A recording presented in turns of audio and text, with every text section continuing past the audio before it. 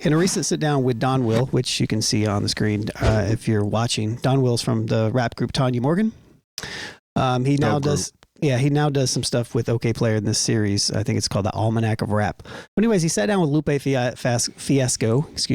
Fiasco, and responded to a question about drill music in Chicago and what it was like to navigate that as a mentor educator. I thought this was a kind of a cool little talking point here. So play, please. I'm not letting my kids watch anything that shows violence at any capacity. I'm showing my kids hopeful, helpful, beautiful messaging. I'm going to surround them with that, right? I don't even want them listening to words in it, so they're gonna play the piano. You know, I tell my kids some of the kids in my school that aren't even in my class, you know, I never come to office for whatever reason. Some of it's harsh, but some of it's like, I keep it real because I'm not finna lie to them. Mm-hmm. Like, look, man, we don't need any more Marcus Garveys. Like, we don't need any more balls to the wall, you know, revolutionaries. We got enough of them, right? We don't need any more rappers. We super saturated, we good. What we need is you to be a physicist, and chemists, and engineers. That's what needs to be ad nauseum in the black community. We need like folks who like win Nobel Prizes ad nauseum repeatedly across time. And I need you to remember that as a student here, because you're on the pathway to do that. Stay in the lab and invent that thing.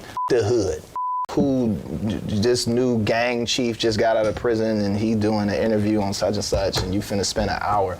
That. Spend an hour on YouTube, how to study more accurately, or just talk on nuclear physics, or just do some other shit, right? So to know that that's not what was happening, the whole time what was being incubated was like, kill more black people shit. But at 12, I remember Lil Mouse. Lil Mouse, yep. Terrifying, right? Not because I was afraid, because I got more guns than y'all.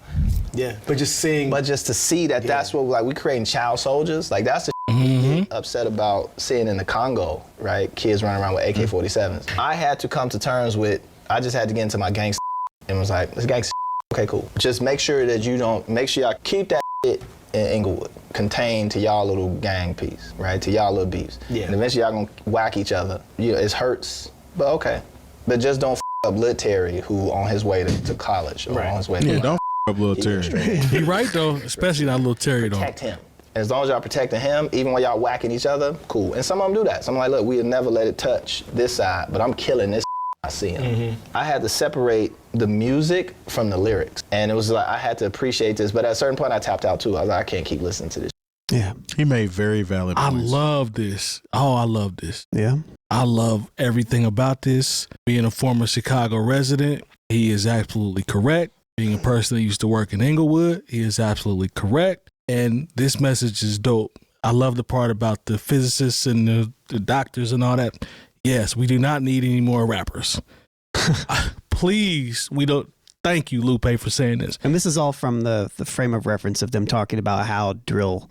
Donwill asked him about drill music in Chicago and what it was like, and no more drill in his rappers. his place in all of that. So, and drill has, as we have alluded to in previous episodes, we've done so many now. I don't know when this was, but we've talked about New York drill. We've talked about drill overseas. We've talked about all the variations of drill and some people understanding where it started from and some having no clue. But it was that powerful that it spread out everywhere.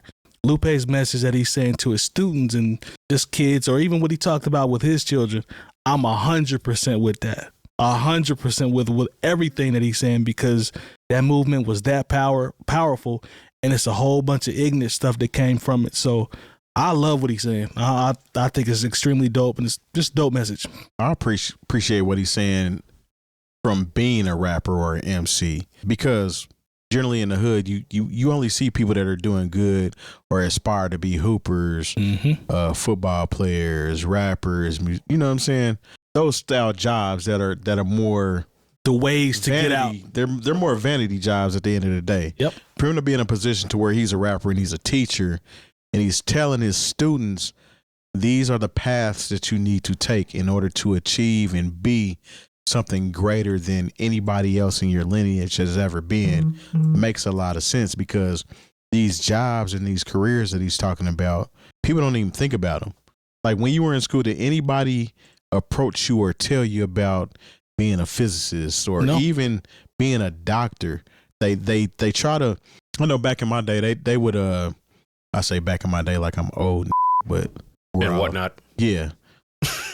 they will put you in shop class. So shop is essentially the area where they would throw away the kids that they didn't deem as being as smart as other Would kids. they? Yeah, but let me explain. Okay. What was crazy about Like that? I took shop. Yeah, I think everybody in there did. Yeah. I did But too. the thing about it is, the people that stayed and stuck with those shop classes and those style of electives had no student loans coming out of college. I mean, coming out of high school because they you wouldn't elected have to a get in. student loan coming out of high school. I know. Did I say student loans? Yeah. Well, they It's didn't all right, have though. student It's all loans because they didn't go to college. Yeah, they part. learned. There we go. They There we go. learned these trades in high school, Yep. and they were able to take that and become like a journeyman or something like that without getting in debt. Those type of positions or those types of skills are life skills. Him talking about being a physicist now, you have to have a certain type of knowledge and brain capacity to even do that job. And these kids that he's talking to, I'm sure, are fairly capable of doing it. Yes, and that will be part. able to afford the schooling or have the grants and scholarships of that nature in order to get them through it. But my point being is him being somebody coaching these kids to do better and to strive to be more than just a musician or a drill rapper or a basketball player or something like that is very important, because if you never had anybody instill that in you, then it's just something that you're not thinking about. No, I agree. I'm with you. 100%. Well, you know, Tell us, Jay.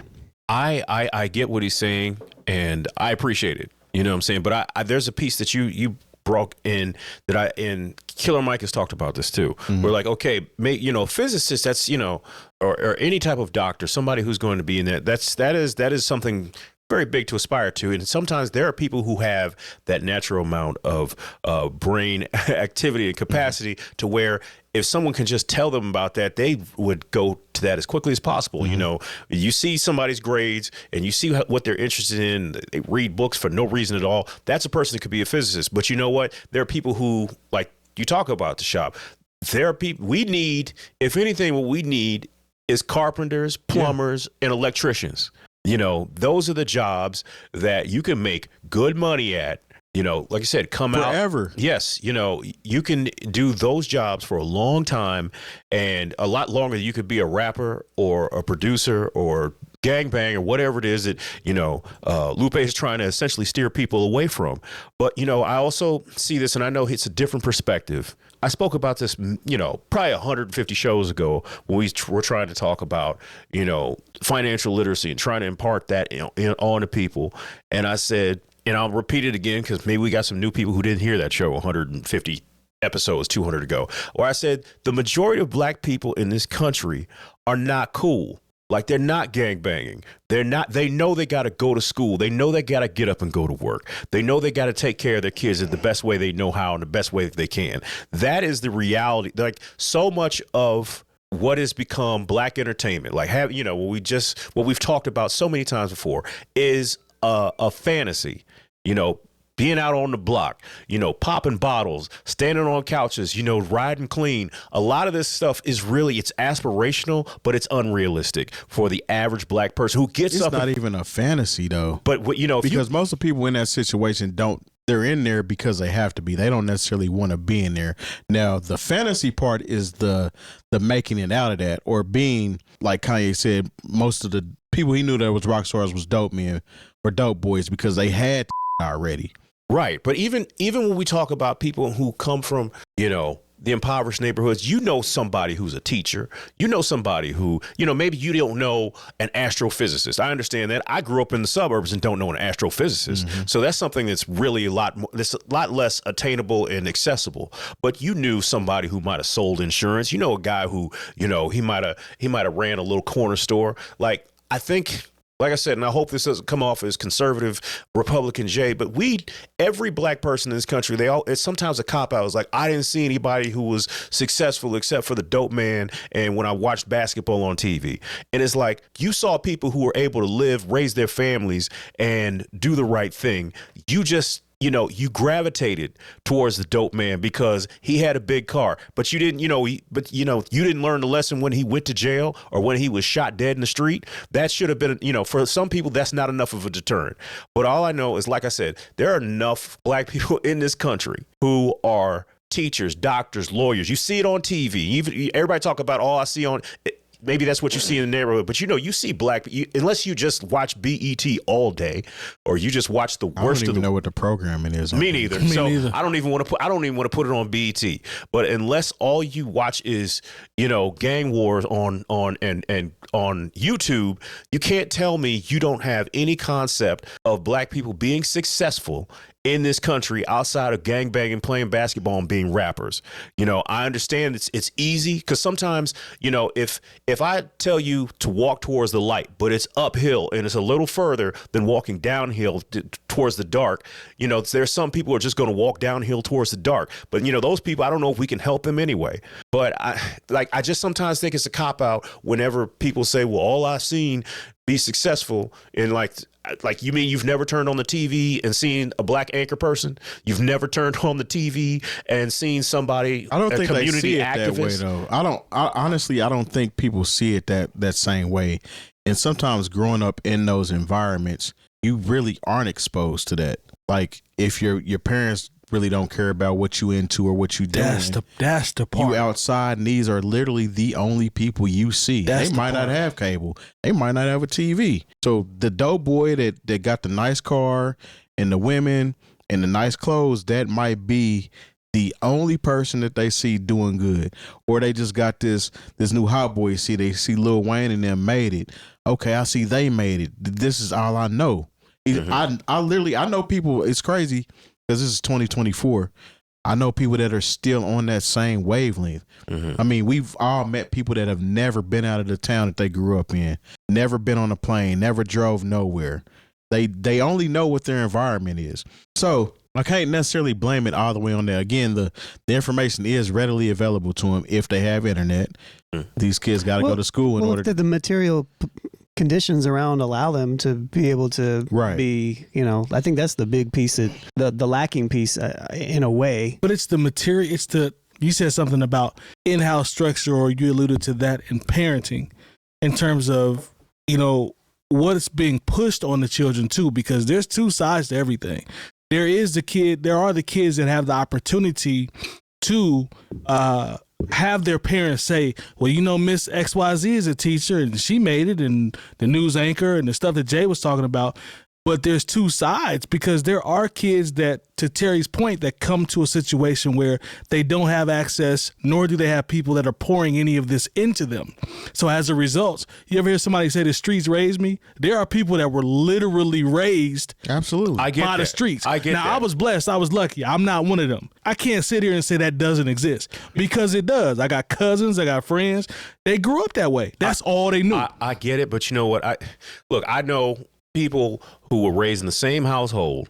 One person went to college, one person goes to the penitentiary. At a certain point, it becomes about the choices, you know what I'm saying? Because there are people who have all the access to everything. They just choose what they want to do. I understand there are kids out here who literally have no guidance. Mama's always at work. Daddy's in jail. That's different. I'm talking about the people who have somebody in the house talking about, hey, you need to finish your homework. Hey, we're going to church on Sunday, whether you like it or not. And they still choose the street. Somebody's been telling them the difference between right and wrong their whole life. But, but they make the excuses like, well, I'm a product of my environment. I was like, that's different. That's because I hear a lot of that, and I think it's a cop-out. Yeah, I'm with you when you're right on that one, because I've heard of that one too. I've actually even heard of people that were the allure of actually just being from the hood and doing hood shit made them choose that route, and it actually got them killed. Yeah, and they didn't even grow up in that type of situation. It's almost like they're trying to play and act like that was them, and eventually it became them. Yeah. But it also became their demise as well. Because that wasn't you. That's really not who you are. Right. And to Terry's point, that happens all the time. People want to. I know. People want to dabble into something that ain't got nothing to do with them. I knew a kid, like, he would put on the Dickie suits and the T-shirts and whatnot, and it was like, your mother is not just a teacher; she's a principal. Come on, you know what I'm saying? Jack and Jill. Come on, you are not. And you know what? Cotillion and cotillion and all that. I know, but you know what?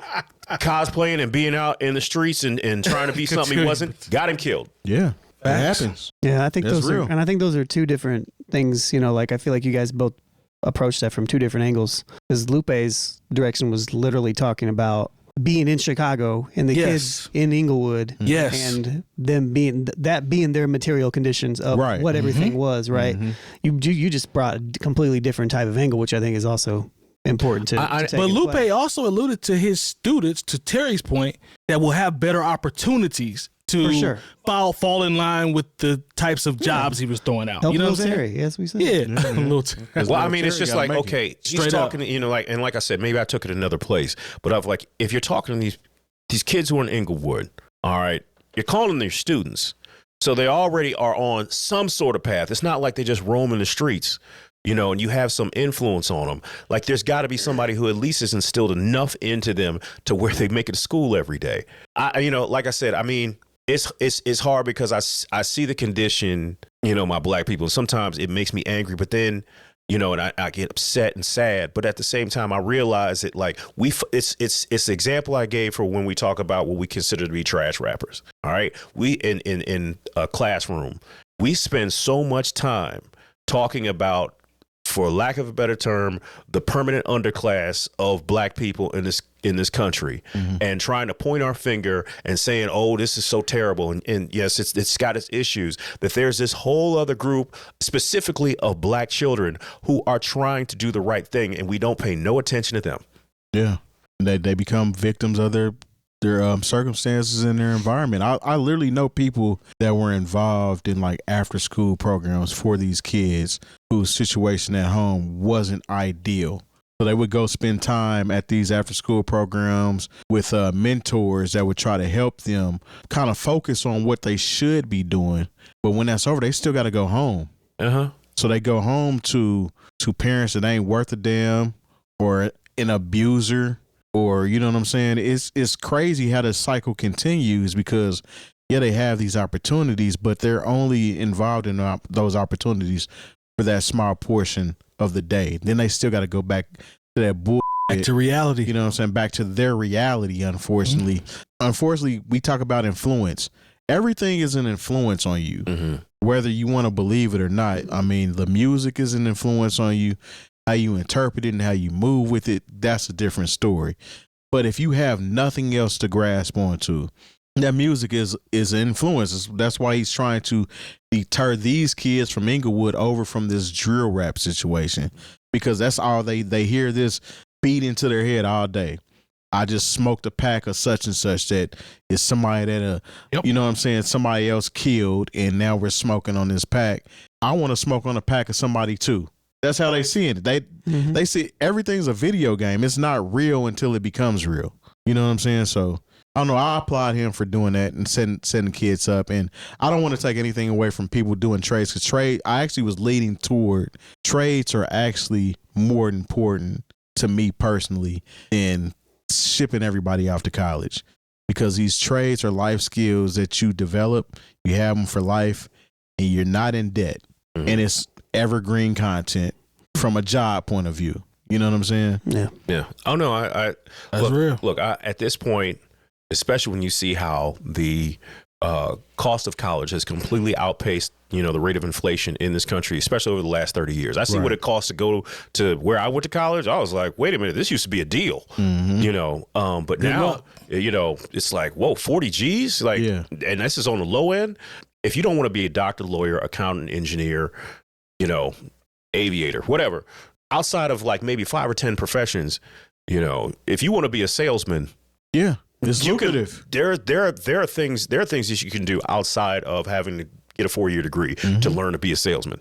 I don't know, you know, and that's just a real random example, but you know, like I said, man, there are so many young black people who are struggling and doing the right thing, getting through school.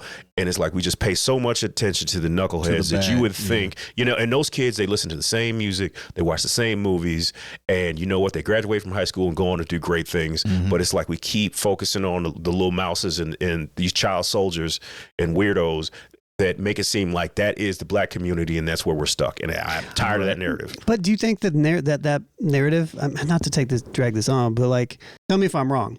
I feel like that type, like how you kind of address that a little bit, kind of pits it against those people specifically that fall into that circumstance, as opposed to the people that are preaching the narrative. Does that make sense? No. I think also this is about Chicago. Very specifically about Chicago, because I remember D.L. Hughley said if I had to live in or go to the same Chicago that is in white people's imaginations, I wouldn't want to go there either.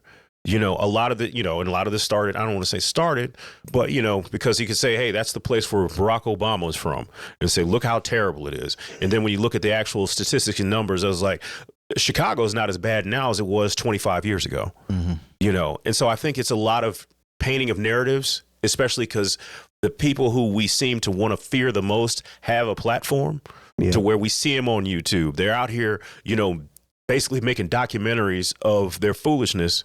And so we think that is who the youth of Chicago are. Or people like academics. Yeah, that's what I was about to say. Shout out to academics. Yeah. And, Adam 22 and people that see it as a capitalist way to exploit it. Both cornballs. So I mean, I don't know, man. Like it's a very layered conversation. I'm pretty sure we have made people from Chicago and outside of Chicago upset, or at least I know I have. But I just think it's a general conversation, though. So I mean, I feel like I don't think anybody would take it a certain way, but it's important to know both sides of what's going on. You know what I'm saying? I think it's just a very nuanced conversation. I think you both spoke from different angles. I think it's both valid. But like I said, I understand if people have watched the show and they know that I am not from anywhere near the hood, and I'm saying these things, but also where they might feel some type of way, and I would completely understand that. But like also, I have more faith, and I understand that, like I said, that the majority of black people in this country are not cool. And in fact, if you really want to make some money if Tyler Perry is a billionaire based off marketing, media, and entertainment to uncool black people, because there's really nothing cool about what he does. Yeah. But he's got $1 billion, and the people who are trying to be cool are struggling to get 2 or 3. Yeah, I'll go even further to correct the narrative as far as fathers and parents being in the house, because personally, I don't know any deadbeat dads, which is what was drilled into my head coming up, that the father's not in the house, they don't do this, they don't do that. My circle, everybody's Gucci as far as being a father is concerned. So, but that was the prevailing narrative of if they wanted to put boys in the hood, there's no fathers. Furious was the only one there. Right.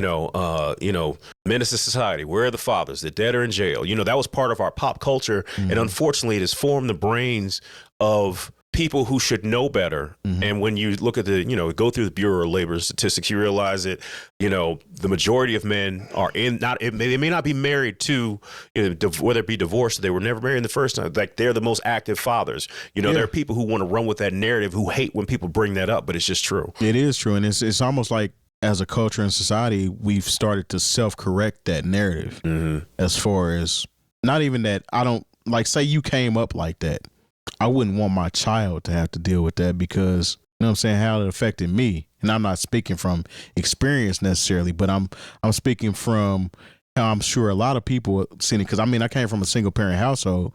My dad was there in my life, and he provided things like that. But I always personally said that whenever I have kids, I'm going to be there. I'm going to be present. Right. And I think a lot of people did the same thing and kind of self-corrected that pattern. Look, one of the coolest things about getting to this big age I'm at is I'm seeing so many of my friends be the fathers that they didn't have. And I think that's something that, that should be talked about more. And once again, when you talk about that part of the game, and wanting to be a present father, it's like you're the kid who's in class actually doing his homework quietly, and you don't get the same attention from the teacher, which is society, as the person eating crayons and jumping up and down on his desk. Yeah. But my thing is the person eating crayons also needs love and support. Absolutely. Oh, yeah, definitely.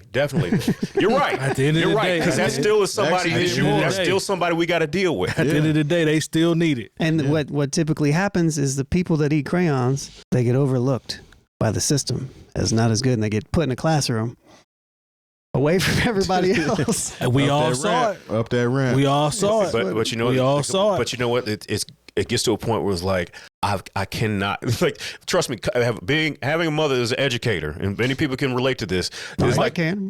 Sure can. That kid Might get in trouble every day. Still do. that kid eating crayons and jumping on top of his desk. It just gets to a point where it's like, all right, well, I can't help him. I got 30 other students. Yeah. Yeah. No child left behind, man. We got to leave some of them behind.